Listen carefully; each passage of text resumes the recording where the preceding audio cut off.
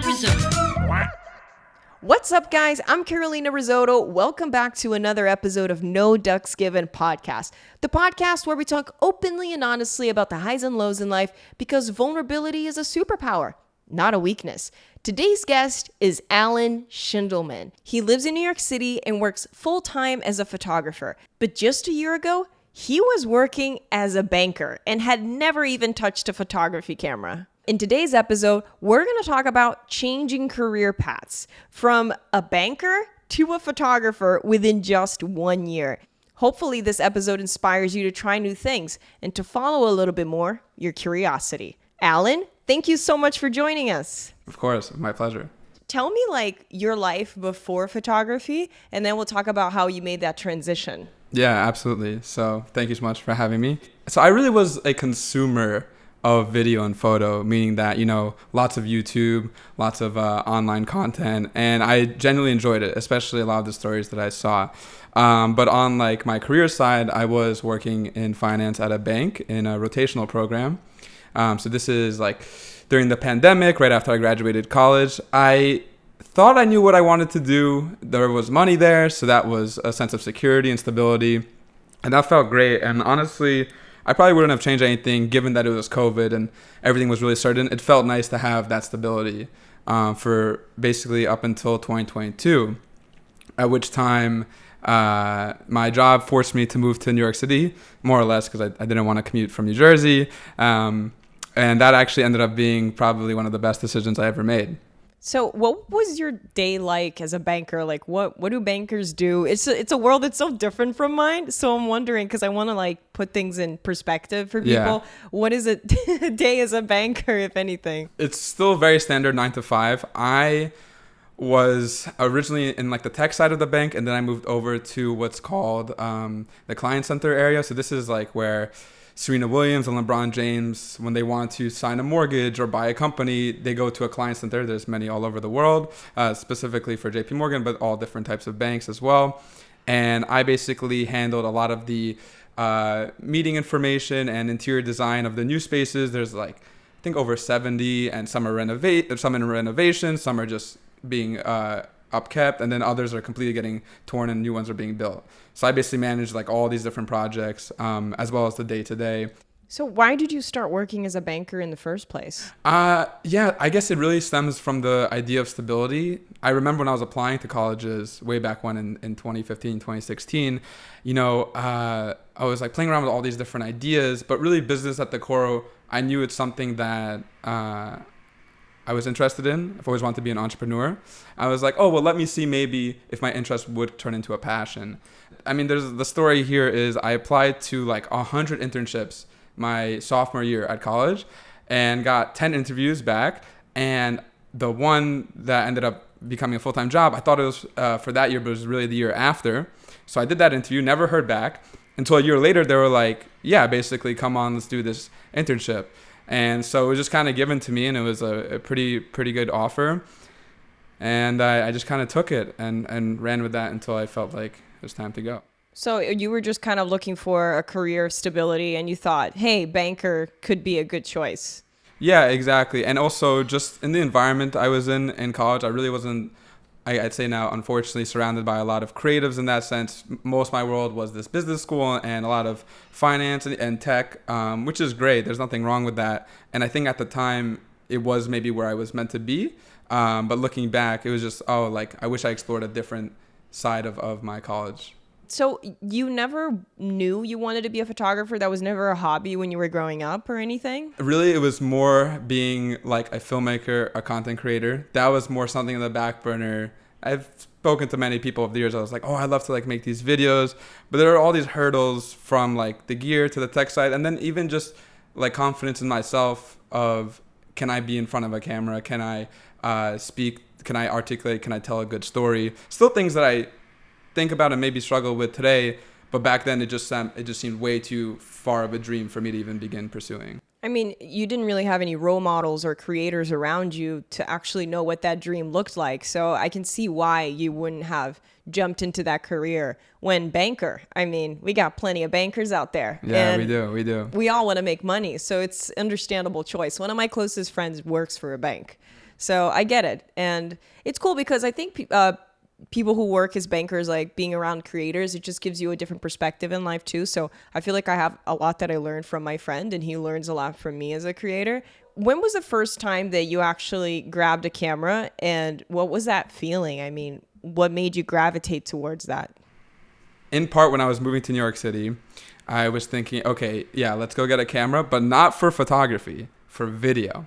So I did a lot of research. And why were you going to get a camera in the first place? When I moved to New York City, I always had these ideas of making these kind of like really quick, funny, stupid videos. And I figured, oh, like let's do it on camera, maybe a little bit of YouTube action, but really just also wanting to learn like what filmmaking looks like above just the phone, although the phone is a very capable device. So you were going to pursue it like a hobby. You just wanted to have fun. Right. I just wanted to have fun, just wanted to have a camera in my hands. But again, purely for video. Like that camera that I got, the Canon Rebel T7i, it has a photo notch and a video notch, and I remember for like 5 months I only ever went to the video notch. I never ever took a single photo. Wow. Yeah. Okay. And so you started playing with the camera, you started making videos. When did that become a bigger interest for you to turn into a career? And then how did it become photography? Because you work as a photographer and not as a videographer. So what happened there? This is a great question. I sometimes ask myself this as well. But, okay, so... And what year was this, by the way? So this is, right now we're going to be starting like end of April, May timeframe of 2022. So that was a bit over a year ago. Yeah, a bit over a year ago. Wild. Timeline-wise, it's been a year and a half since I ever picked up the camera. And again, just for video. And then for May, April, May, I had this one friend, Declan. He's a very, very good photographer, and he kind of just inspired me to just have the camera with me, right? So for the next following week, I walked around and was taking photos in like fully automatic, semi-automatic modes, not really understanding anything, but I was just like, okay, like I see 100 cameras every single day. Let me see what this is about. There's a very, very important night around this time. I go to the west side of Battery Park, and there's a man there with a massive telescope, right? And he's got like his phone and computer connected to it. And I remember, oh, there's an eclipse. There's a lunar eclipse. And that's basically what he was documenting. But we have a chat. He's also Russian. I'm Russian. So we kind of connected there. And he sees I have the camera on me, and he goes, oh, what mode are you shooting in? And I'm like, oh, fully automatic. And he goes, no, today's your last day. I'm like, what do you mean? He's like, you're going to shoot a manual for the rest of your life. That's the first thing a photographer ever says to someone. Yes. So I'm looking at him like, you're crazy. I don't want to, like, I don't need this. This is a hobby, barely. It's been a week of photos. And he's like, okay, but take a picture of that light over there in fully automatic. I take the picture, terrible photo, right? And he goes, okay, great. Now let's switch to manual. And he teaches me like the limits of the camera basically for the frame rate and the ISO. And it's pitch black. It's like midnight, right? And I get an image that is 100 times better than what the camera's able to do fully automatic. So I had no idea that that was even capable, right? I thought like fully automatic was the best possible, you know, the auto feature on the camera. And he goes, great. He's like, so now when you're going to go take photos, you're going to be in manual. So he basically instilled in me that first ever feeling of, oh, like there's a way to make art here. The idea of playing with light, and the idea that you have a lot more control than you think. So that was just a really awesome experience. It's interesting that all the tutorials, if you like look into photography, everyone's like, don't dumb down the camera. Even the best of cameras are not incredible in auto. They could do a fairly good job, especially with the manual, with the autofocus. Like we're using autofocus right now to record your camera. But otherwise, like you want to go manual. For the past year and a half, I've only added more of this like manual ideology to my life, from everything to the flash to recording, and always trying to understand every single part of everything I make, right? And the editing and all that stuff. I still have a long way to go, but I think it's really, really great for me to have that mentality instilled. That's cool. So it almost became like a metaphor with your life of like, I have more control over it than I thought. Just like with photography, you found out you had a lot more creative control with your pictures and the message that you could bring through your photos. Absolutely. Very interesting. Yeah. I love a good metaphor. No, you did great. And what I do right now is a lot of event photography. So it's a lot of flash work. It's a lot of portraitures, especially at nighttime. And my first real exposure to that was this fashion show in Philadelphia by two designers, Liam Yori, Julia Silver. Highly recommend you check out their work. They're incredible designers. And I had just met this other designer, Sam of Hellcat Studios in New York, at Washington Square Park, actually. And we just really hit it off. And he told me about this fashion show that was happening called Sans Tem. He's like, hey, you should go shoot the show. It would just be an incredible experience. So I reached out to Yori under Sam's blessing. And I did everything. I did behind the scenes. I did the actual runway. And I even did the after party, right? This was also my very first time ever using a speedlight or a flash extension for my camera. The runway show's about to start in seconds. I'm standing there at the end of the runway, kind of like the photo pit area. And I'm just testing the flash and it's just not working. And of course, that advice comes back to me, but this time in the form of a photographer right next to me. He goes, hey man, I see you're having a lot of issues. You should switch your flash to manual. That word manual. And I'm scared because I've never used the flash extension before, but I'm like, okay. So within 20 seconds, he quickly does it for me, shows me, probably like the best setting, and then lets me run with it. And it turns out that a lot of the photos that I ended up taking from that fashion show were the ones that were used and shared on social media. And that just kind of brought, I guess, some of the first ever recognition. And that whole event itself was definitely a very, very important moment for my career. Now people were like, oh, I think this kid's a photographer. It kind of snowballs from there. Before that happened, did you already consider yourself a photographer? When was that moment that you were like, I'm a photographer? That's a great question. Sometimes today I'm like, am I a photographer? But to answer your question, I think that day, that fashion show was definitely the day where I said, oh, I think photography might be the way to go. And I mean, the following week was followed by multiple events in New York City, including a very important Balenciaga fashion show, which then end up shooting the guests as they walk to the show. And I'm talking huge people like J Balvin, Megan Thee Stallion, Frank Ocean, etc. And, I was just a bystander shooting there. But again, the same thing happened just times like 20-fold over, where my photos got shared and used heavily all throughout online. And I said, oh, wait, there might be something here. But still, even considering myself a photographer, it would take a long time until the business aspect began kicking. But I just had this very, very important mentality of the camera goes everywhere with me, no matter what it is, no matter how big or how small. But then, of course, those big events, right time, right place. And that show was announced, I think, like 24 hours before it actually happened, because it was the invites were all secretly done and stuff like that. And it was in Fidei, where I live. Wow. So it was just pure luck. I got there, was in like a great spot. Got to meet a lot of the people who work for Balenciaga as well, which is cool. That's not luck at all, by the way. That's intention. I at this point, I would say it definitely was. And it's also great because a lot of those people I met at that show, I still have some form of contact with them. That was I guess the first time I realized that not only is photography great, but the camera itself and what it represents, and having it, in like when people look at you and they see you have a camera on you, it means something different. They start thinking different things than just, oh, if you're just a bystander there. It changes people's perspective. That's one of the cool things about the US specifically, because I've talked to people from different countries and it's definitely not like that. That here, it doesn't matter how old you are. If you can do the work, people will hire you and they will pay you well for it too. And I think what you did here with the Fashion Week episode, it's a really good example of like creating opportunity and creating a job. So you weren't paid for it. Nobody told you to go, but you were like, I'm going to show up, and worst thing that's going to happen is you're going to meet someone. Yeah.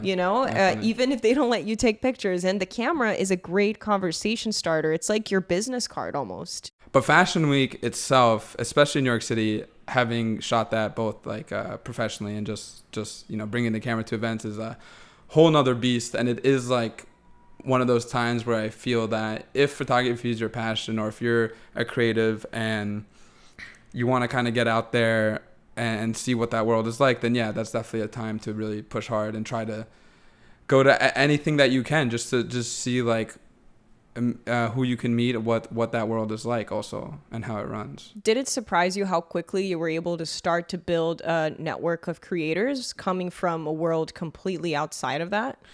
Well, like honestly, didn't make too many friends in that like finance, banking, tech world. You know, I tried it out a little bit when I moved to the city, going to like certain different events and bars and what have you, but it never really clicked for me. I didn't feel much of a like emotional connection, but I really was different when I met a creative, when I met someone who was an entrepreneur, who had their own fashion label. That was just like, I would sit up at night and just think about like how inspiring this one person, let's say, is designing their own clothes, making them, printing out the flyers, doing pop-ups. It's like they're running a 50-person team and it's just by themselves. Maybe sometimes they'll have someone helping them.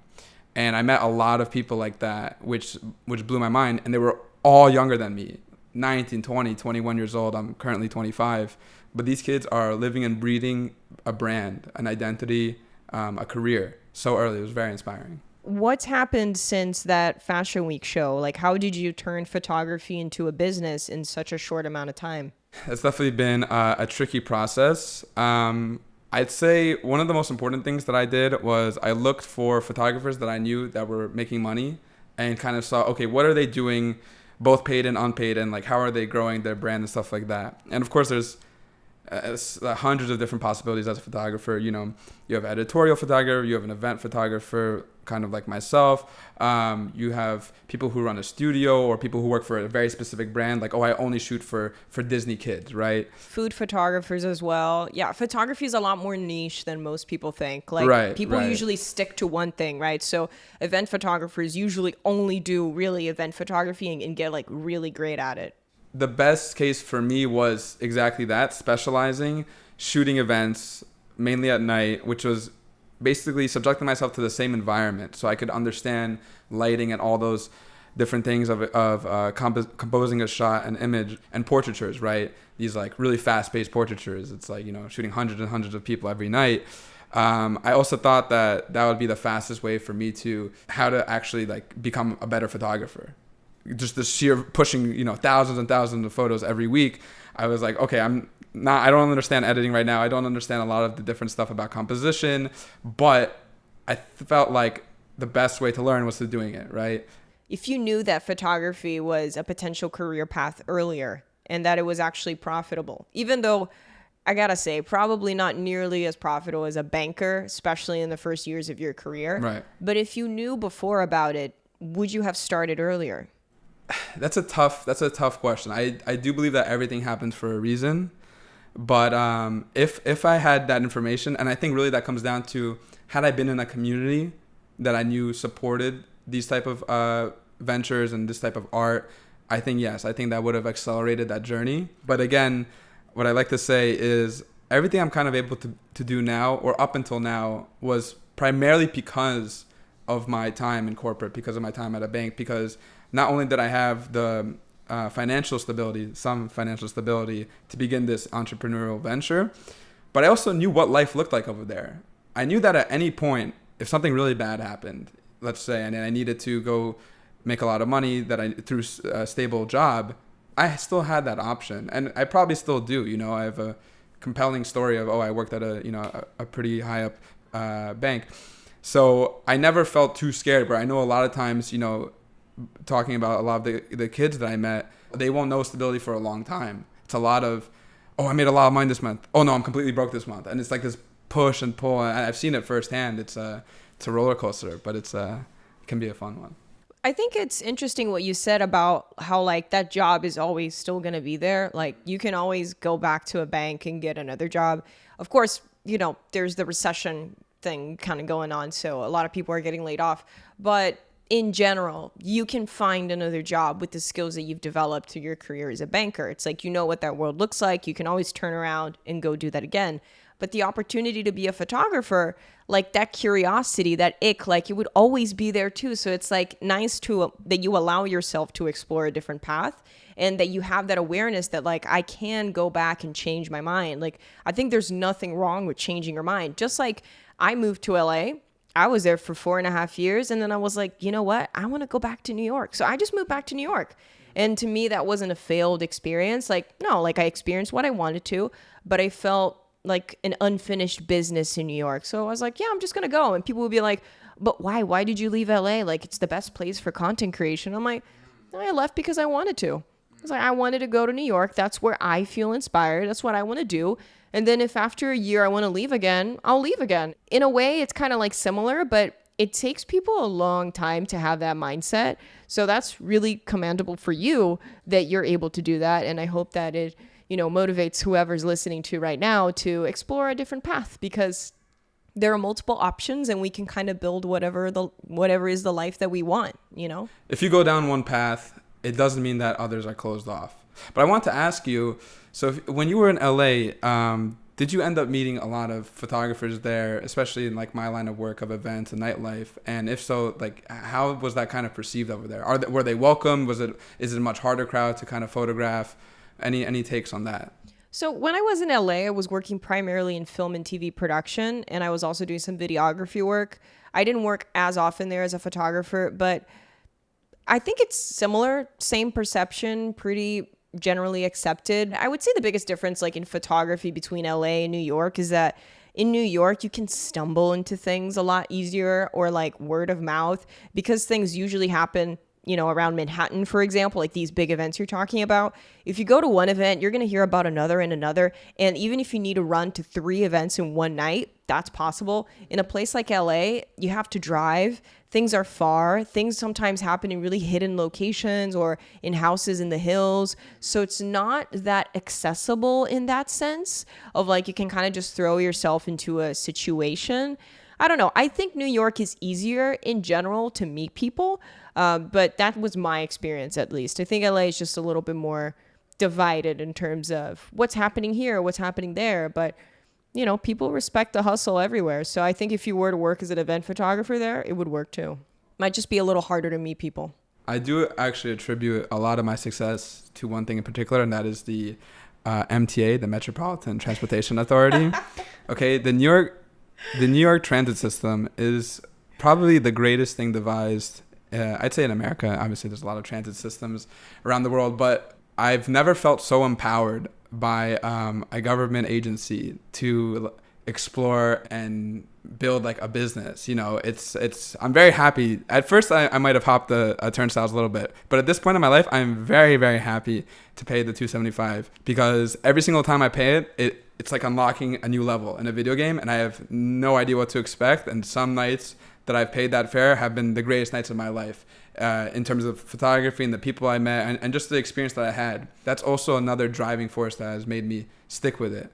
Because, okay, yeah, there might be a tough month, or there might have been a tough month for me earlier on. But then there would just be that one night where I'd meet the right person and an incredible opportunity would pop up, only because I paid the fare, had my camera with me. And a lot of times I did not plan to end up where I was. And it's exactly like you said, in New York, you go to one event, half the questions are, oh, where are you going after this? I've never seen someone compliment the subway this much. Oh, I have a lot more to say, maybe another time. But yes, I'm a absolute avid fan for the MTA and everything it stands for. Yeah, well, the MTA has a lot of problems, but I'm also highly grateful for it. It just connects everybody in the city. You can get to anywhere in New York. Even if it might take way longer than you expected, you will get there. And I've met several people in the subway. I've made several friends, actually. Yeah, of course, there's a good amount of creeps too, but as an overall, I would say 75% nice people, that I've met in the subway. So I think it's like another path of communication. And the MTA, it's taken by everyone, no matter how much money you make. So with all the different kinds of people that you've met this far, have you ever met someone that just like made you rethink of who you are in a way? I don't know. Yeah, I'll give you 2. Wow, we got 2. So the first one is a very, very famous photographer, Cobra Snake, Mark Hunter. I ended up meeting him many, many times in New York. We were at a lot of the same places, and that made me very confident in, oh, wow, this could be a career. He also taught me a very, very, very important piece of advice, which is you always ask for forgiveness and not permission. This is a very important tool in a photographer's kit, because a lot of times you might not know if you can take photos, if you should take photos, and it's been true in my experience as well, there's been some tricky situations, but it was always better that I was asking for forgiveness than sitting in regret, being like, oh, I wish I had taken that photo, or I wish I went there, or I wish I tried XYZ. But you need to sometimes think for yourself, and what the story you're trying to tell and what you're trying to capture. We all have like our own unique perspective. And that's also why like when people get concerned about ideas being copied, it's like, can an idea really be copied? Only to a certain extent, because nobody can do something the way that you do it. So that's just another point of like, don't not feel motivated to try something because everybody else is doing it. And sometimes you're like, oh, there's so many photographers in New York. There's so many creators. How is there going to be space for one more with no experience, like a banker? But you're making your way through it because you just decided to. And that's really bold. That also gives me a different perspective because I come from this other world. And a very important part of corporate life, and honestly life in general, is emotional intelligence. And what that means is basically how well do you understand how the other person across the room from you feels is so important in any social environment, in your career, in your relationships, when you're taking photos in a studio or at a club. That is something that I feel very lucky to have worked on in that corporate setting, where I can now apply it and try to be the most respectful, be the best self that I could be when I'm shooting out there. What I think it's interesting about being a photographer is that you're kind of like a fly on the wall. So you see a lot of things that people usually wouldn't be able to see because you're given permission to access people's intimacy without necessarily interacting with them. But you're there on the floor observing. And that's a lot of what like behind the scenes photography is about, for example, which is what I mostly do when I'm hired. I do behind the scenes, though my passion is landscape photography. What has surprised you maybe that you've seen from people? Because I think sometimes they put a facade. Here's what I'll say. Especially when I first started photography, and it's been a little bit better now, but I can't even describe the hundreds of people that they would see the camera come up to me. Maybe I take their photo, maybe not. And they would say, oh my God, are you a photographer? I need you tomorrow. Or, oh my God, I have this huge like business opportunity. And always like be like the next day, which first I was like, oh, that's crazy. I'm like getting it at work tomorrow. And, you know, I'm not really one to talk business at like an event. So I just be like, oh yeah, great. Here's my email. Here's my number, whatever the case may be. And I was really hungry back then, you know, really hungry for work, anything, almost even if it was pro bono. I just wanted to get more experience and more exposure. And 9 out of 10 times that opportunity just didn't exist for whatever case it may be. I never ever found out the reason those failed. But what I did learn was to put up a little bit of a guard, right? Just to always be courteous, always be friendly, and always offer yourself. But if they need you, if they truly need you, they'll come for you. Even that is a very important lesson learned. That's a really good point. It's something that I'm also learning right now a little bit more in terms of personal relationships. But with professional relationships, like with networking, you just never really know what's actually real. So that's also why when talking about work, I don't tell anybody I did a job until it's done. Because until it actually happens, I don't know if it's going to happen, you know, especially as a freelancer. Like you just don't know. So I don't talk about it. I'm really discreet, you know, with everything. I don't feel the need to brag, let's say. Of course, if I need to, you know, promote myself, which you need to when you're looking for work, and you'd be like, oh, I did this, I did that, so you can like give yourself credibility. I have no problem telling people the projects I worked on. But usually I don't tell someone about an opportunity until after. You kind of have to protect yourself in that sense. And also, I think you start kind of like dissipating energy when you start talking about opportunities that never come to fruition or when it's too soon. And your energy should be on making that project happen and make it great rather than talking about it. But that's just like my personal way of going about it. So I totally feel you. And you're like meeting people in events, and oftentimes people are drunk or they're overly excited. You don't really know with what version of them you're dealing with. And so when I try to make friends in nightlife, it's really hard. Yes, it is very hard. And if I could speak a little bit more about nightlife and making friends. So a very important aspect about myself is I'm sober. Cool. I'm fully sober. I've been so basically since I moved to New York City, so a year and a half. How come, if I may ask? Yeah, so I mean, my whole life, I never really was one for drugs and alcohol. And it's funny, in college, like, I tried to drink a lot and failed horribly. Like, whatever the case may be, I just was, like, unable to. What is to fail drinking? I mean, like, all my friends would, like, black out or brown out, and I'd be there, like, trying to, and not like I had, like, I would not be able to get past, like, the fourth beer. My body would just be like, no, like, you don't need this. That's smart. That's good. No, it's to good. Me, that's winning. Yeah, my body was like, your body's like, stop, bro. This is bad. But of course, in a competitive sense, you kind of want to like match their level. So everyone be like, oh, what happened last night? And I'd be like, I can tell you guys in absolute vivid detail every single thing that happened last night. After some time, I realized, no, this is just what it's meant to be. So I just took the onus. I took the kind of like the nudge, and I was like, okay, let's fully go into this sober. You're saving so much money. Right, of course. There's a lot of pros of sobriety. It's sad that the first pro I think of is you're saving money. It should be your health. Yes, your health is better. Good. But there's trade-offs. There's a lot of trade-offs, and those, like for example, going out every night, it takes a load on the body, especially coming home at 4 or 5 a.m. sometimes. It's tough. And yeah, sure, I might wake up at noon because I'm not working 9 to 5. So okay, I'm getting enough sleep, but your body isn't set up for that. I realized the sobriety was like a little move that I can make to try to, okay, I'm making the sacrifice with the nightlife, but okay, I'm kind of saving myself, but I'm not drinking health-wise. I say I learned that I'm much more creative than I ever thought I was. Oh, that's so cute. I love that answer. Yeah, I really do. Go bankers. It's feeling very full circle because when I was a kid, like a lot of things I did were very heavily creatively focused. Like I love Legos, right? And of course, you get your Legos and there's the instructions, but like screw that. You can build whatever you want, So I would set up like massive designs and then wars and battles or like whatever, like a little teenage kid would want to do with Legos. Well, I just remember thinking about that and I go, oh, like that was such a creative time. It was unlimited freedom, right? Massive basement floor, thousands of Legos, go crazy. And so now out here with photography, it almost feels the same. Event, hundreds of people, camera, go crazy. Shoot whatever you want. Move people around. Pose people. Change the modes. Pick a different style. Edit them a different way. Share them in a cool video. Like right now I'm tapping into this idea of, oh, like you can literally do this however you want. And people will start attributing like, oh, wow, I never thought that you could make the photos look this way or share them this way, And I've gotten a lot of those reactions and those really inspire me. How has photography allowed you to see the world in a different way? Ooh, hard hitter after hard hitter. You're killing me. That's how we go around here. Yeah.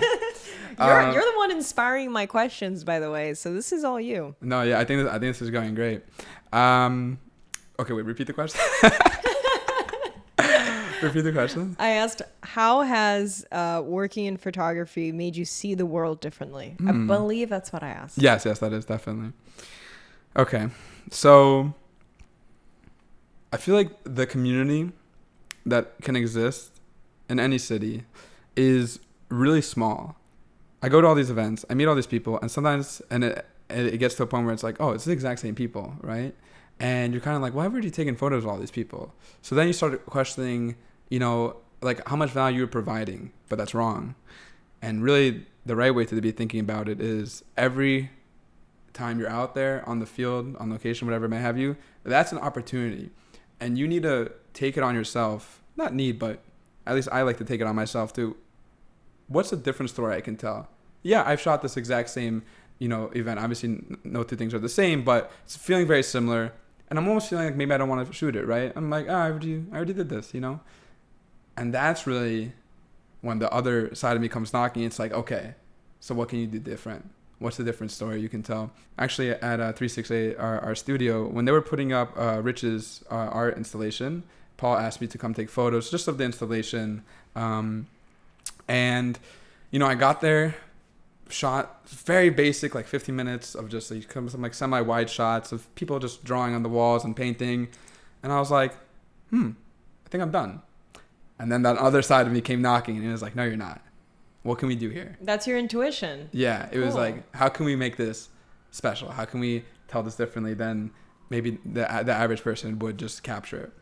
I started shooting through objects. This one girl, Mason, was doing like a pencil outline on the wall. And so I took a ladder and I put the ladder here and I shot through the A-frame and her kind of in the middle. And I really love that shot because the ladder just adding to the idea of there's a lot of work going on here. We're reaching high places. There's a lot of things on the floor.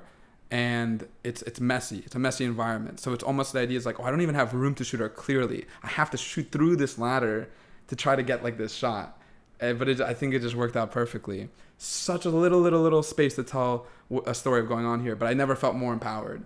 And I think that's also something that we can apply to life too. You can always like change the narrative, look at things from a different perspective, or even when you're trying to think of like, when you're trying to understand what a friend is going through, I think that like instead of just seeing your own perspective, I think that's a way of like looking at the other side of the lens. For example, it's like I was only thinking about my feelings and how I feel in the situation.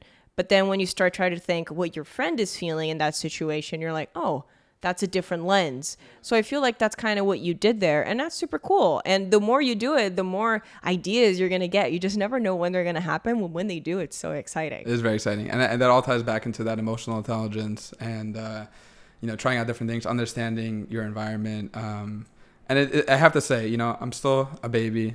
Some people. You definitely are a baby. But you're a well-versed, good learner. Thank you. But it's really, and that's also what's been really exciting for me is knowing that I have this incredible long journey. I like to say the following in terms of where I feel like I am in my photography career. If Mount Everest is the summit, I have bought my plane ticket and I am waiting at JFK. Oh my God. We still have an entire flight to get to Nepal and then go to the base camp and then the second base camp and then the summit. So that, for me, that analogy and waiting at JFK airport has like always driven me to continue pushing myself, knowing that there's an incredibly long path here of bigger brands to work with and bigger artists and more creative projects, and it's also been a little bit of what I've been trying to do more recently with having the studio and pushing outside of event photography. It's still applying everything I learned from events and nightlife into these type of shoots, from composition to lighting, and even just to make how can I make a person feel comfortable, whether they've shot 1,000 times or this is the first time ever shooting in front of a camera. And again, I still am learning a lot about this, but these are some of the things I'm starting to think about. You're waiting at JFK. I think that's such a smart metaphor. How did you think of that? Was that you or? So I thought the idea of a peak, right? And like, when do you get to your peak? Is it like your physical health or your career health? And it's obviously a lot of different things, but there's a lot of peaks that can be in your life. But I love this idea of being at JFK airport because I love how far away I am. How excited are you when you are about to go fly? You're nervous, you're scared, you're excited. Who you're going to sit with, you don't know. Are you going to make it? I mean, there's a pretty good, but that's also chance, another thing, right? There's a really good chance you'll make it. So I feel like also can apply that to the analogy. Like, yeah, that flight will take off and land. There's a really good chance of that. It just, the onus is on you to board it.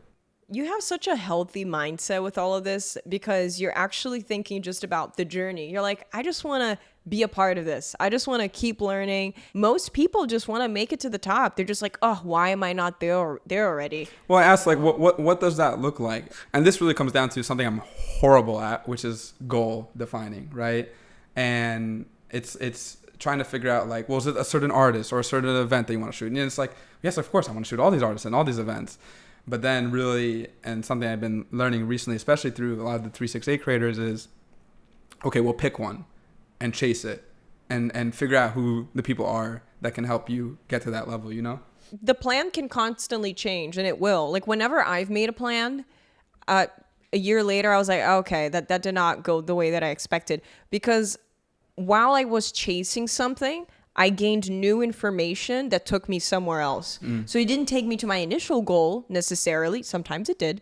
But for the most part, it just gave me information that I needed to make a better decision for myself. So especially in a place like New York, it's so serendipitous. Like, you can't really plan things that much. So it's more like about enjoying the path and the journey and doing what you're doing, I think, which is just following your intuition. You're a very intuitive person, and that's like really smart because most people like struggle with doing that. Like, I've struggled doing that a lot, and so it's super cool to see that you're like building a whole career for yourself within such a short amount of time, just by doing what feels good. I mean, what the heck? That's crazy.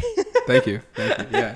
You're like really rare. You're really hard to find. And you're sober. Like, dude, you're just so overachieving. No. I mean, you say that, but then I'm sometimes I'm sitting here, and again, this comes back to like having that that self-confidence and the trust is like, I'm like, oh damn, like what might happen sometimes is I'll see someone shoot something that I've always wanted to shoot, right? And I'm like, damn, I should have been there. And then that might, like, that's like little hits, right, along the way.